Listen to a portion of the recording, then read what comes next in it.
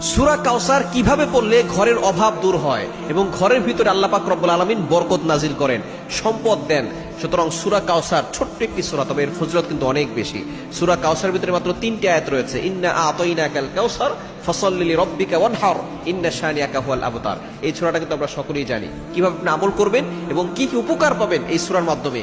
কারণ এই সূরাটা এমন একটা সময় নাজিল হয়েছিল যখন নবীজি সাল্লাল্লাহু আলাইহি ওয়াসাল্লাম পেরেশানিত অবস্থায় ছিলেন।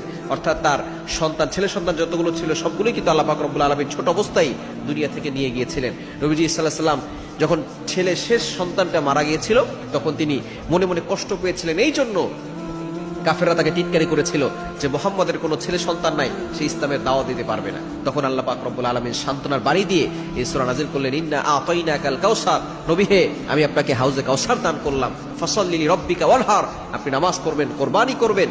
এরপরে বলছেন ইন্না শানিয়াকা হুয়াল আবতার, যারা আপনাকে নির্বংশ বলে তারাই হলো নির্বংশ। আপনি